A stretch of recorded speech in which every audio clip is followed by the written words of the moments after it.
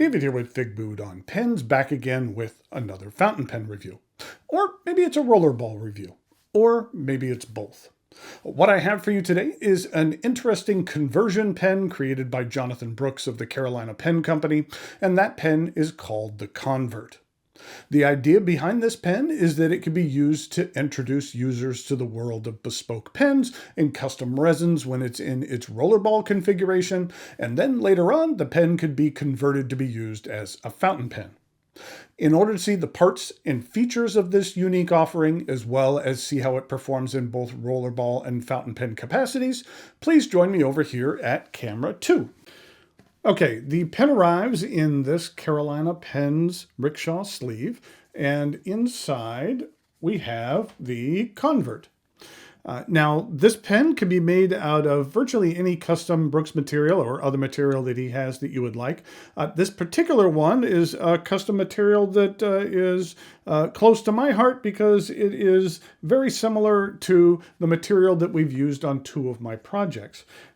It was very similar to, it's a take on his Earth Magic material, but we ended up kind of reducing the amount of copper in it to increase the amount of turquoise. And this is what the original one looked like. You can see that this original one is a little bit more on the green side. I believe that's because some of the dyes that he used on this original one have been discontinued, and so the new batches were a little bit more blue.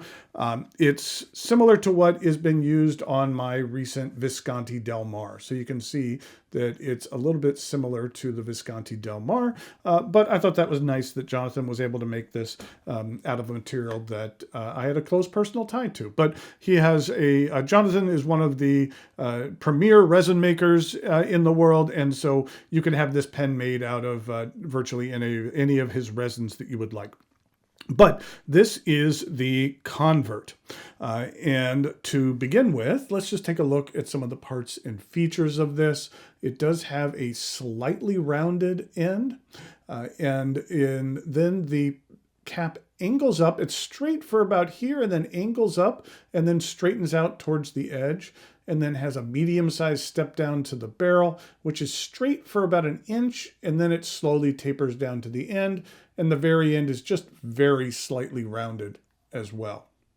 The cap twists off, and underneath right now you can see that I have it set up as the Rollerball.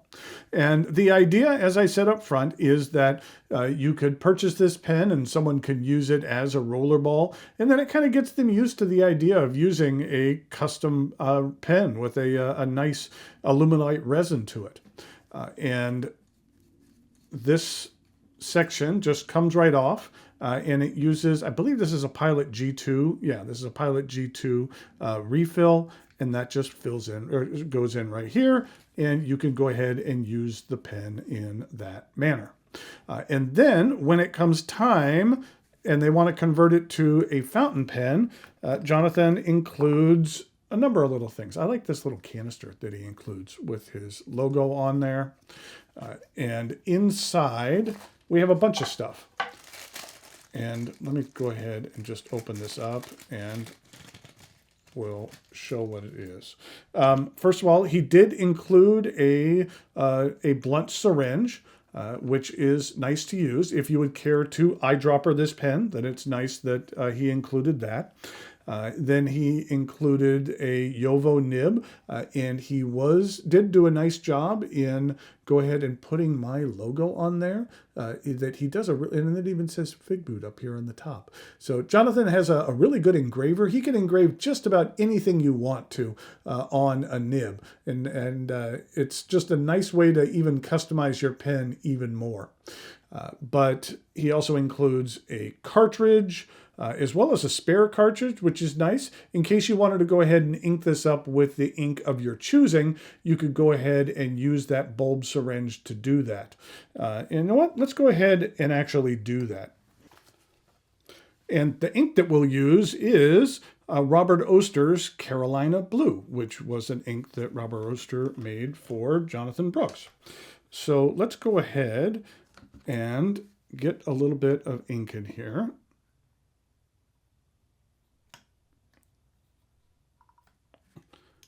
That should be plenty. Let me set this aside. And then we're just going to go ahead and fill up this cartridge. There it is, and get rid of the excess ink. And we'll set this aside. And actually, let's do this so we don't have any incidents. Let's make sure I don't spill an entire bottle.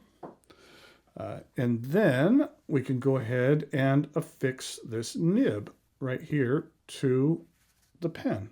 Actually, you know what? Sorry, we just did this backwards. So what I'm going to do, let me set this cartridge off to the side, is we're going to go ahead and put the nib in here. And when you're twisting a nib in, when you get down to the end, it really helps to kind of put it in the crook of your finger right here.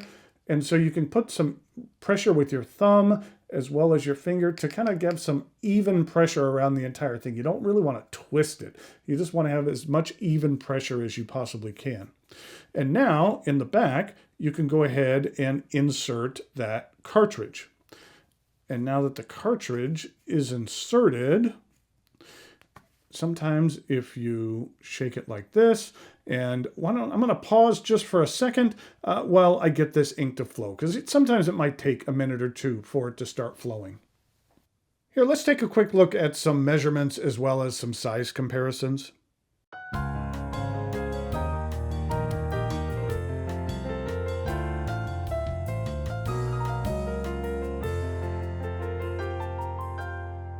In regard to the size comparisons, this is what it looks like with another Jonathan Brooks model. This is the Charleston model. And then I have a couple of other pens that actually convert as well. I have this Visconti Millionaire, which converts from a fountain pen to a rollerball. And in this particular case, this whole section comes out, and this is like a plunge filler. And then inside of this little case, you have another section here. And then you can put this in here, and now you have a rollerball.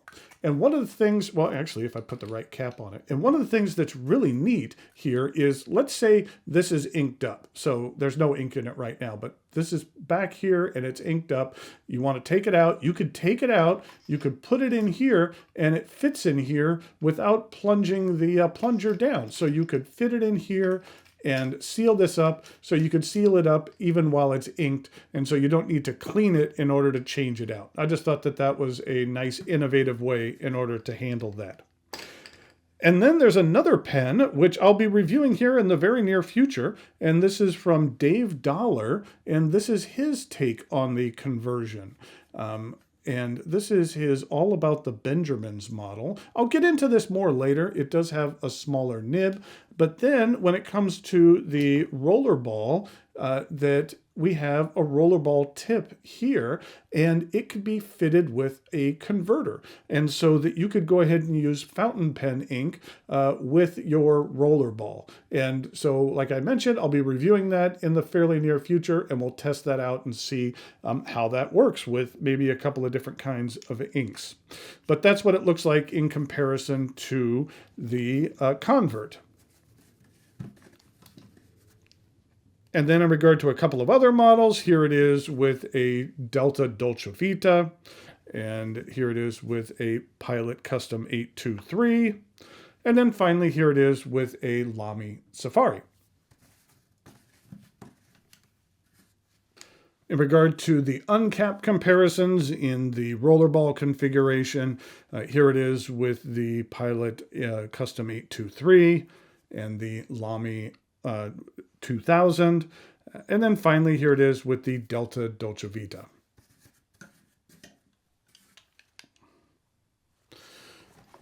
Okay, that didn't take too long. And what we have here is the Carolina Pen Company.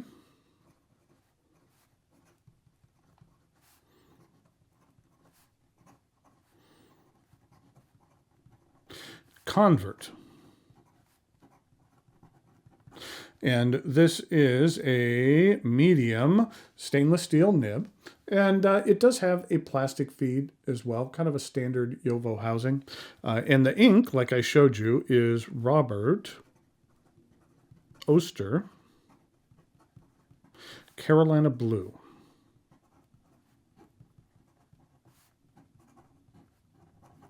Now, I am from North Carolina, and the Carolina blue from North Carolina is much more of a baby blue as opposed to the darker blue. But then again, Jonathan lives in South Carolina, so maybe we'll call it South Carolina blue. This is what that ink looks like. It's a nice saturated blue. It looks somewhat similar to Mont Blanc's BMW blue.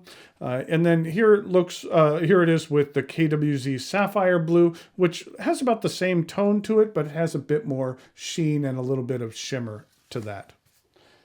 And in regard to the rest of the writing sample,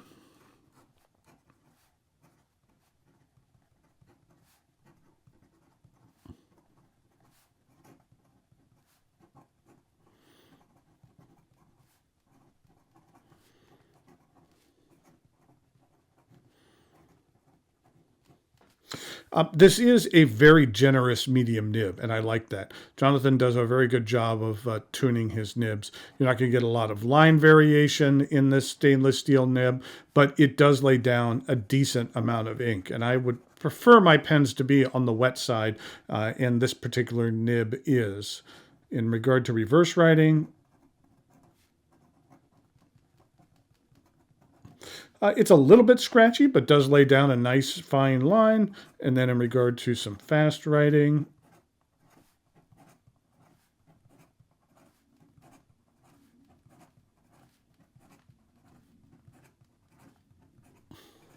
the feed keeps up very well. You know what? And let's go ahead and convert this back. Let me be careful with this. And you know what? Where's my tissue? Here. I don't need to get my hand all inky. We should have done the writing sample with the other one first.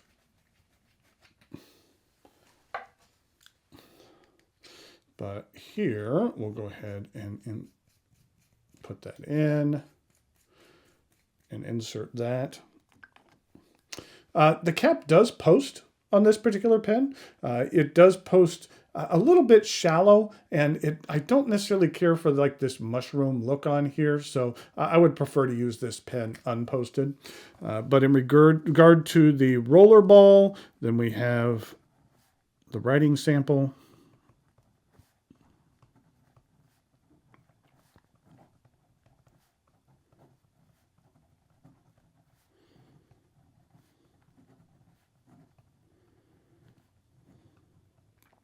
And this G2 refill writes very nicely. Like I mentioned before, the G2 is one of my favorite refills. And sometimes in life, you can't always use a fountain pen, so I do have to use a Rollerball on a regular basis. I tend to use a lot from Tactile Turn, a lot of their seasonal models, as well as a lot of the Retro 51s. I kind of have them around my office and around my work office and with my planner, my Hobonichi, and I use them on a regular basis. So, you know, it doesn't necessarily need to be for beginners, but it's something that could be useful as well as far as converting this from a fountain pen to a Rollerball. Now, this particular pen retails for $225, which is a fairly decent price for the maker space. That I think that's reasonable for what you receive here. In regard to where you can get this pen, I'll put a link to Jonathan's website in the notes below, but the best chance to find this pen would be at a pen show.